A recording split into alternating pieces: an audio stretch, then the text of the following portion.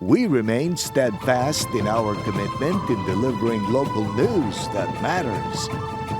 Stories that inspire. Enriching the lives of Filipinos in the Philippines and across the globe. This is your GMA Regional TV. Buong puso para sa Pilipino.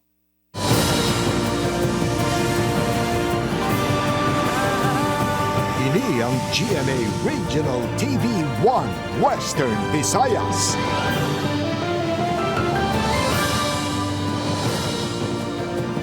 Maayong hapon mga puso, ining 1 Western Visayas. Sadsaran sa kamaturan, kag wala sang ginadampigan. Ako si Iren Prietos, live gikan diri sa GMA Bacolod Station. Magadulong sa inyo sang pinakadako kag komprehensibo nga mga balita sa Kabisayan nakatungdan, Caitlin Revilla, live sa GMA Iloilo Station.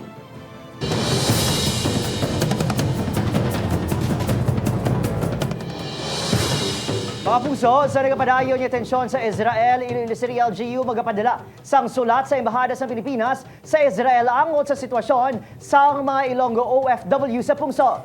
Samtang Iloilo Provincial Government ginbuksan ang Bulig Ilonggo Migrants Desk agud mabuligan ang mga pamilya sang OFW nga apektado sang gyera sa Israel. Sa detalye makaupod naton si Zen Kilantang live sa Iloilo Provincial Capital. Zen?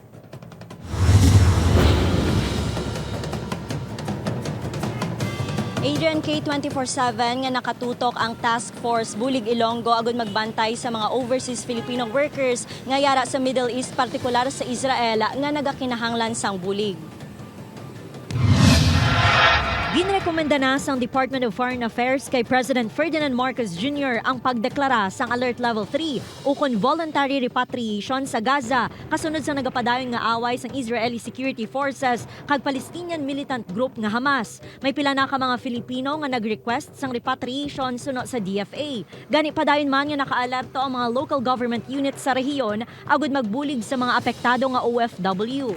Magapadala sang sulat si Iloilo City Mayor Jerry Tranias sa Embahada sang Pilipinas sa Israel agud masiguro ang seguridad sa mga OFW. May mga plano ko masulat sa aton to sa nga embassy, mamangkot ko kung may mga Ilonggo to nga nadala or biktima sa ini nga ilinaway. Ginreactivate naman sang Iloilo Provincial Government ang Operation Bulig Ilonggo Migrants Desk sa pag-assist sa mga OFW kag sang ilang mga himata. Ang help desk ang ginadumala sang Public Employment Service Office kag Provincial Defense Office. Bukas ini 24/7 kag mahimo nga magpakigangot diri ang mga OFW kag ilang mga pamilya paagi sa hotline numbers kag social media accounts. Pangunahan naman sang Task Force Bulig Ilonggo ang pagresponde sa mga pamilya sa mga apektado nga OFW sa Israel ukon sa war crisis prone areas sa Middle East. Ginatkuha ang profile sang OFW, like for example ngalan nila, din sila dito sa Israel gid no, tapos anong nila ubra and other basic informations. Tapos kung ano ang need sang OFW. Example, gusto niya magparipat no, amo na siya ang aton nga tagaan sang focus, and then we coordinate as to our referral nga ubra, ma-coordinate na kami dayon sa DFA no, DFA o kun sa OWA. Sa datos ng probinsya, 140,258 ang kabugusan nga numero sa mga OFW nga taga-probinsya, lakit na ang land-based kag sea-based. Apang ginaimbentaryo pa ang numero sa mga nagatrabaho sa Israel. Ginpasalig man sang LGU nga padayon ng koordinasyon sa Department of Migrant Workers kag Overseas Workers Welfare Administration. Diri sa Pavia, bukas man ang LGU sa pag-akomodar sa mga himata sang OFW. Apang subong, wala pa sang impormasyon nga may mga Pavianon nga apektado sang gyera sa Israel. Actually, nga aton nga MSWDO office, nagpakigangot gid sa aton mga kabarangay, barangay captains as well as barangay officials nga kung mahimo mag-report gid sa aton office sa MSWDO para mahatagan sang pagtamod kung ano man ang mga concerns nila.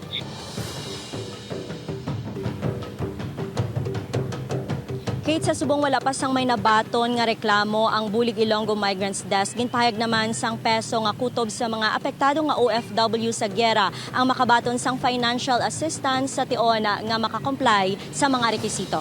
Kate? Madamo nga salamat, Zen Kilantang. Mga puso, sa kaangot nga balita, himataas ang isa ka Negrense OFW sa Israel. Nagapangay isang bulig, bangod wala na sila komunikasyon sa ila himata. OWA 6, padayon pa nga nagapakig-angot sa embahada. Nakatutok Aileen Pedreso. Nagpadulong sa satellite office ang OWA sa siyudad sa Bacolod ang mga himata sa OFW nga si Loretta Alacre sa kabalaka sa sitwasyon sini sa Israel kung saan nagapadayon ang kinagamo. Na istorya sa news team ang hinablos ni Loretta, 49 anyos, nga taga Cadiz City. Suno sa iya, 16 katuig na nga nagatrabaho si Loretta sa Israel, kag-anom katuig na bilang caregiver. Ang last nga Bernes, ma'am, sang gabi, nang kontaklas ako nga mga tiya man. Muna lang ina ma'am last nga nag-day off sa bala ma'am. Bangod wala sang trabaho sa among adlaw, suno kay Edshel, naglagaw si Loretta upod ang iban pa nga mga Pinoy. Kag nagtambong sa isa ka music festival, sunod sa isa sa mga upod ni Loretta nga nagkadto sa kahiwatan. Hinali lang nga may mga armado nga mga lalaki nga nagpinalupok sa lugar. Wala na kuno si Loretta makapalagyo, bangod nakibot na inisa na tabo. Kaya ang last nga istorya ma'am sang iya nga friend banda bala ma'am, nga doon nakasurvive bala mali sang aran sila kuno sa gwa ma'am, gulpi lang kuno may naglinupok pag nagdiraway may na siya yung ma'am mong natulala sa ma'am iba niya nga upod. Nakadalaga na dulas ng ano ko naman doon nabiyag sa ko naman sa Hamas. Sunod sa OWA 6, nagahulat sila gihapon sang update halin sa Embahada sa Pilipinas sa Israel na hanungod sa report nga caregiver. Sa karon hindi pa ini madeklara nga missing. We're not in the position to confirm that she's missing. Bali, we just received a notification from her family last October 9, Monday. Then we have endorsed her case. Welfare officer sa Israel. Nagalaom ang pamilya Alacre nga buhik pa kagyara sa maayo nga kahintangan si Loretta. Sa ulihing anunsyo sa Department of Foreign Affairs, may duha ka mga Pinoy na nalakip sa nagkalamatay sa Israel. Ginmandoan naman ni President Ferdinand Marcos Jr. ang Department of Migrant Workers o DMW nga pangitaw ng mga OFW kag ibang kanila nga pamilya sa Israel. Upod kay Ruel Banggol, Aileen Pedreso, One Western Visayas. Ginapayag 7 ka estudyante sang Cayos National High School sa Banwasang Dumangas ginaalegar liwat nga ginposes. Ini ang gitutukan ni Kim Salinas. Masobra isa ka semana sa ginaalegar ginposes ang 5 ka mga estudyante sang Cayos National High School Lunes sang hapon sang ginaalegar liwat nga natabo ang kaangay nga insidente sa 7 ka mga estudyante. Suno sa principal nagwaras kag may ginhamban nga mga tinaga ang mga estudyante. Makasilingkit man ako nga possession siya because do hindi normal ba lang yang hudag. Nagasagad siya kawaras. Sometimes ang words nga ginater mo na nga ginguba nyo ang amon balay, ang man na siya gyapon. Bangod sini nagakahangawa na ang presidente sang Parents Teachers Association sa Bulutuan sa sitwasyon sa mga estudyante. Nga kahangawa gid kami no kay siyempre ang amon kabataan basi once na isama sina sa mga maging biktima sina sa mga bad spirit ng inang hindi man nato ma-explain kung ano gid ina no ato nakita. Magahiwat sang General Assembly meeting ang PTA sa Biyernes agud istoryahan ang makapamaayo sa ila kabataan. Samtang ang mga ginaalegar ginposes ang ginpaidaloman ay sa modular learning, magluwasan ni himo na nga spiritual intervention sa Bulutuan ipaidaloman ang mga ini sa guidance counseling. Ginpatawag to ang mga ginikanan kag gin-inform sila nga dapat i-counseling ni namo ng kabataan dalo namo sa DSWD.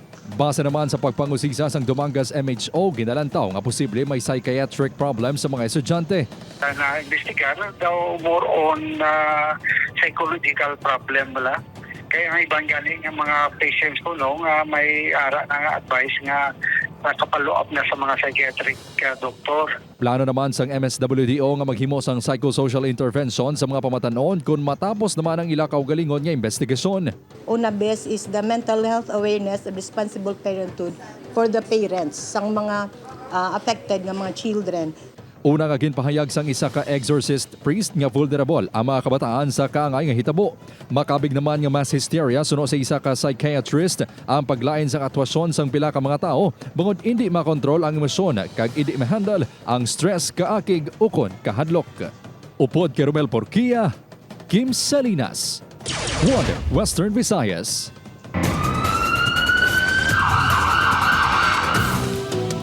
Parisuki, makapuso lalaki nga ginapahay hangkilan nga kawatan nadakpan sa paggubot o kung paghupot sa iligal nga droga. Asod-asod nga kinawatay sa Bacol City ginapatutukan sang LGU. Yaring balita ang aton gitutukan. 17 anyos pa lang si Edric Pasustento sang una ini nga nadakpan sa kapulisan bangod sa pagpangawat sang 2020.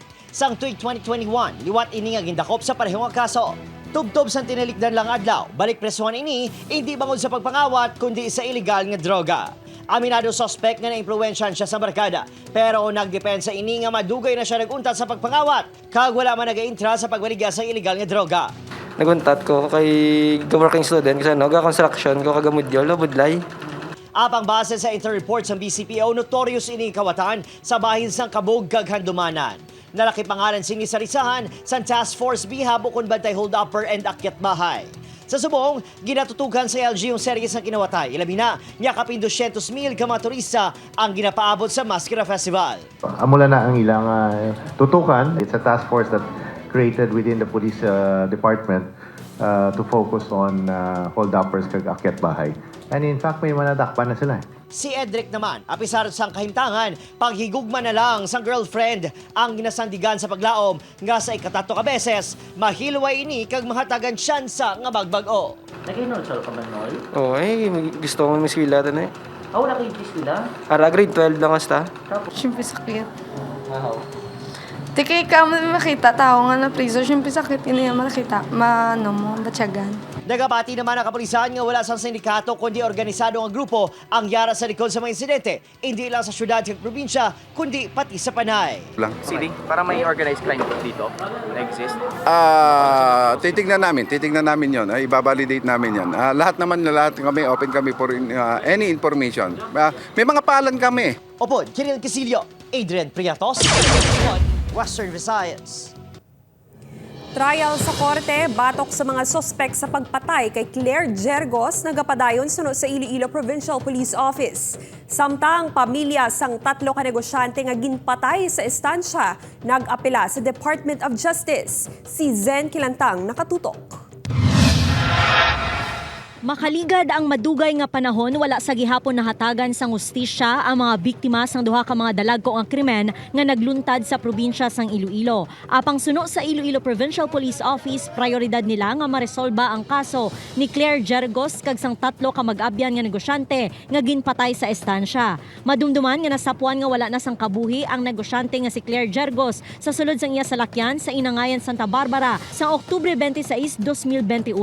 Apang nagwa sa investigasyon nga ginpatay ini sa iya balay sa Pavia.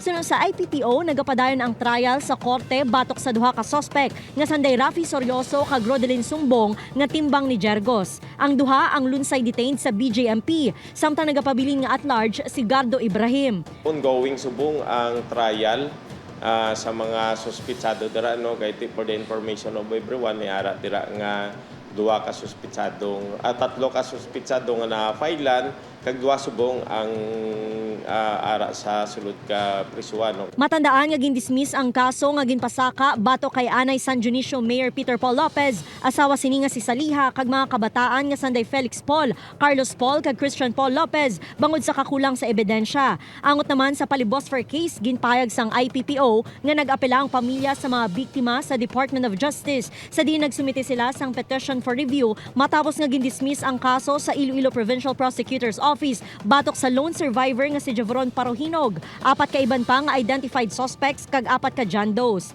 Matandaan nga ginluthang patay sanday Floyd Fernandez, JP Bosque kag Mark Clarence Libaw sa banwas ang estansya sang Setyembre 14, 2022. Pending pa sa DOJ ang petition for review nga gin-file sang family sa mga biktima dito. Kagahulat subong ang Iloilo Police Provincial Office upod man ang pamilya sa mga resulta sang ila sini nga gin-file dito. Matandaan nga pareho pa nga nagtukod sang Special Investigation Task Group ang kapulisan sa pag-imbestiga sa nasambit nga mga kaso. Upod kay Cirilo Renduque, Zen Kilantang, One Western Visayas.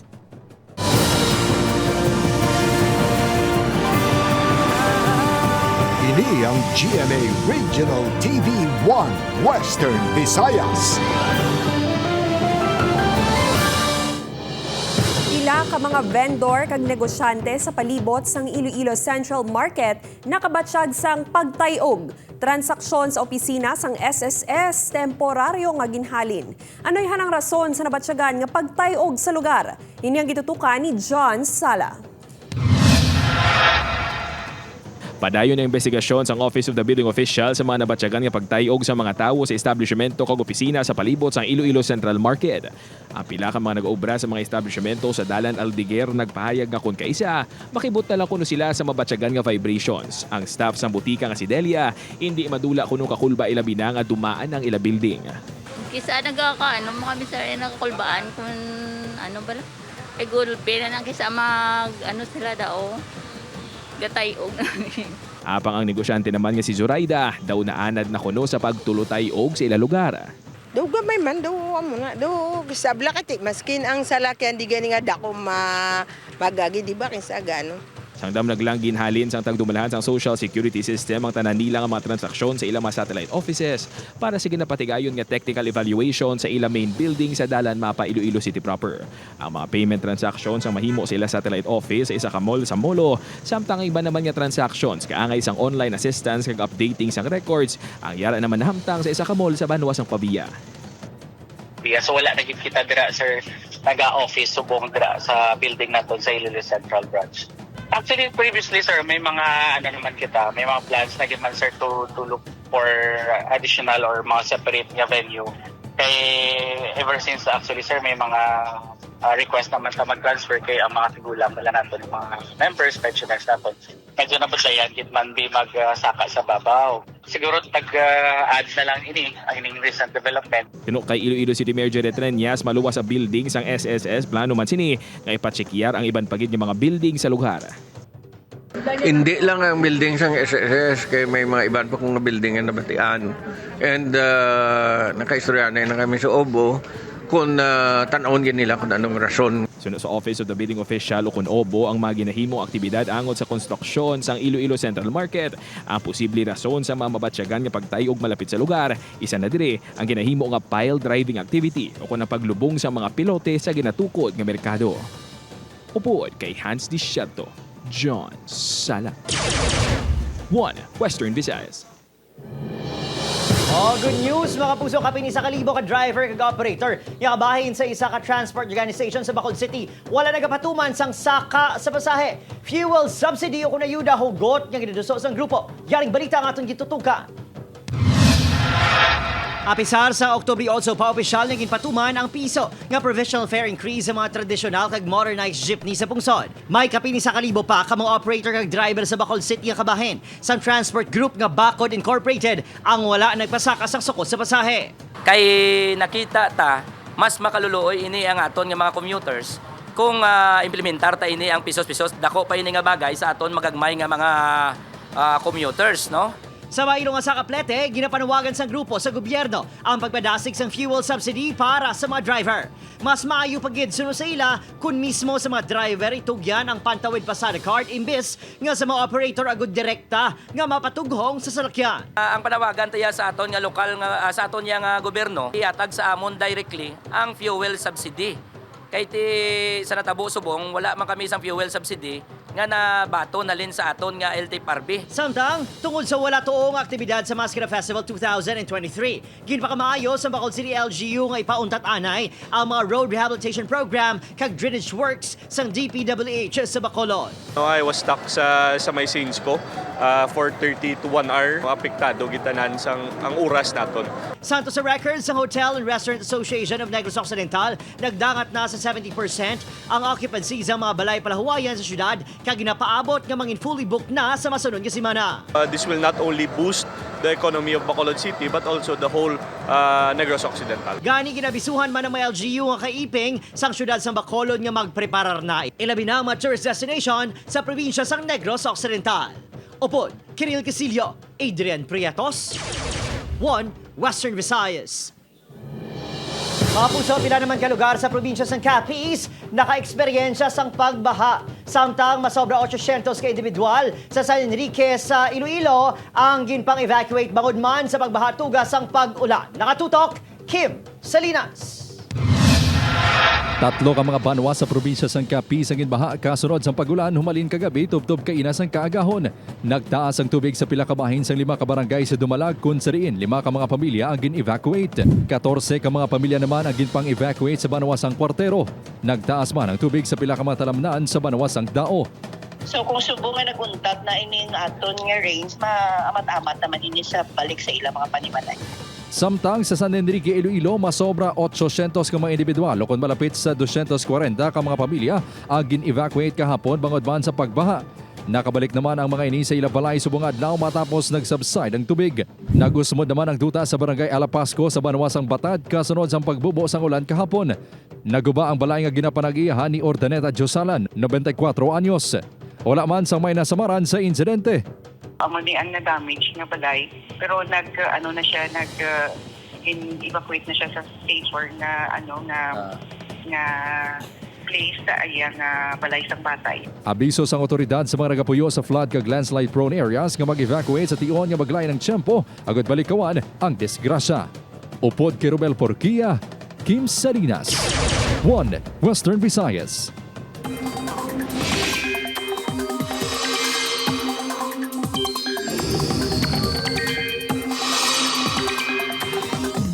Mga kapuso, iara na sa sulod sang Philippine Area of Responsibility ang low pressure area nga halos isa ka semana na nga ginamonitor sang Pag-asa. Ulihi ini nga nasiplatan 810 kilometers na sidlangan sang Eastern Visayas. Suno sa Pag-asa, manubo ang tsansa sini nga mangin bagyo kag posible nga mag-upod o kun mangin parte na ini sang Bagyo Bolaven sa Gwa sang Par. Mahimo pa nga magbaskog ang Bagyo Bolaven apang hindi man ini maglaslas sa pungsod kag wala man ini sang epekto. Samtang padayon nga naga-epekto ang trough o kun extension sang LPA kag localized thunderstorms sa pila ka bahin sang pungsod. Diri sa Western Visayas padayon kita nga mangin alerto. Bangod base sa datos sang Metro Weather, posible ang mabaskog nga pag-ulan sa Aklan, Capiz, Antique kag Iloilo, ilabi na sa Negros provinces.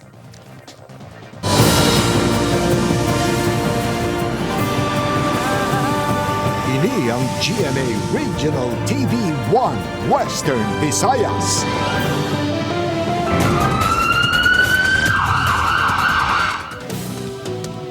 Kapuso, sa Pasay City, patay ang duha ka mag-utod matapos nga mabungguan sang emergency rescue vehicle ang ilang payag. Nakatutok, Kim Salinas.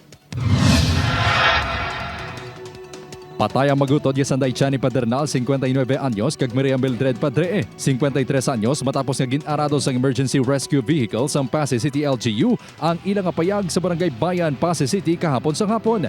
Sa investigasyon sang kapulisan, naglupok ang natuong nga goma sang salakyan nga ginamaneho ni Louis Panizales, 28 anyos, rason niya nagdiretso kag nakabunggo sa payag sa kilid sang dalan. Nakaangkon sang patal nga pila sa ulo kag lawas sa mga biktima. Gindeklara nga dead on arrival sa ospital si Padre S samtang ginbawian naman sang kabuhi samtang ginabulong si Padernal. Nag-preno man sa kulong, pero galing si ulan bala basta kayong karsada dan long spalto, rumiksalit sa dito. Suno sa kapulisan, gin-release na ang driver matapos nga mag-lapse ang reglementary period sini kag nagkaaregulahanay naman sa pamilya sa mga biktima. Samtang ginsabat sang Pasay City LGU ang hospital expenses sa mga biktima. Plano man niya sabton sang LGU ang pagpalubong sa mga ini. Suspendido sang 3 ka adlaw si Panizales. Imbestigaran naton kung ano gidya puno kag punta ka aksidente kag silaon naton kung may negligence gid sa part. Ginapahayag nga may sugaton kung tani nga manugbata ang emergency rescue vehicle sa natabo ang aksidente. Upod kay Romel Porquia, Kim Salinas, 1 Western Visayas.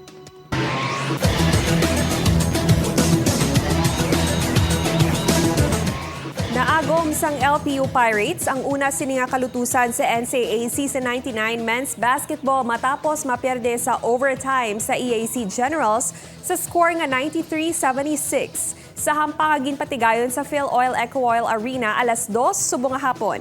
Ang kadalagan sang Generals ang ginpangunahan sang Best Player of the Game nga si King Gurtiza nga nakatigayon sang 18 points, 8 rebounds kag 2 assists. Sa piyak sang kapierdehan, padayon naman ang pagpanguna sang Pirates sa team standings. Samtang sa sini nga mga tinion, nagapadayon naman ang hampang sa tunga sang defending champion nga Letra Knights kag Mapua Cardinals. Ang hinampang sa NCAA Men's Basketball ang malantaw kada Martes, Miyerkules, Biyernes, Sabado kag Domingo sa GTV, kag sa live streaming sang NCAA Philippines Facebook page.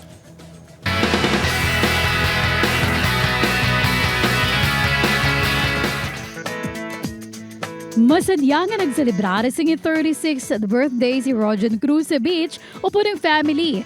Sa iya Instagram post, ngayong pagigbahay ni Rojan na pila ka mga snaps ng birthday breakfast with wife Dayan Medina upod sa baby nila nga si Joaquin. Nagpasalamat si Rojan sa suporta sang pamilya kag fans, ilabi na sa Love Before Sunrise, kung sa rinini nga nagatindog bilang magulang ni Bea Alonzo.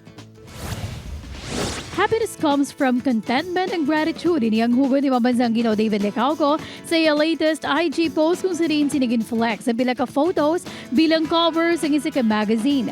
Dashing K-drama lead actor ang peg ni David nga nagkasuit kag shirt with classic black belt na kabag, suksok ang pair of rectangular eyeglasses. Gin-feature sa magazine ang mga success nga nalabot sang maging sino ka man star. Samtang yari naman ang mga eksenang hindi mo dapat mamiss sa maging sino ka man. Sa pagrampa ni Dino bilang si Digna, ano ay hanang reaksyon sa mga nakakilala sa iya? Si Carding, makaabot pa bala sa pageant? Makilala bala niya si Monique? Ina kagiban pa ng mga kiligag maaksyon nga eksena ang bantayan sa maging sino ka man. Sa GMA Telebabad, pagkatapos ng 24 oras.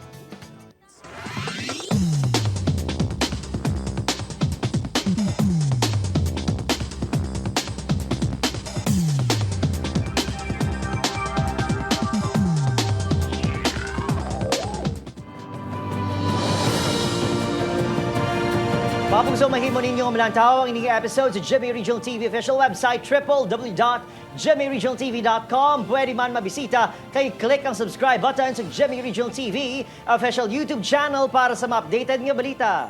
Mga kapuso, 75 days na lang, Pasko na. Sa aton mga kapuso, diri sa Western Visayas, kagsubong man sa aton mga kapuso abroad, madamo gid nga salamat sa pagtutok. Ako si Caitlin Revilla. Kapuso, mag-isa kita kang hibaloon ang mga balita tungod Local News Matters. Ako si Adrian Prietos. Ini ang One Western Visayas. Bugos nga puwersa para sa mas dako nga misyon kag mas masangkad nga pagserbisyo sa pungsod.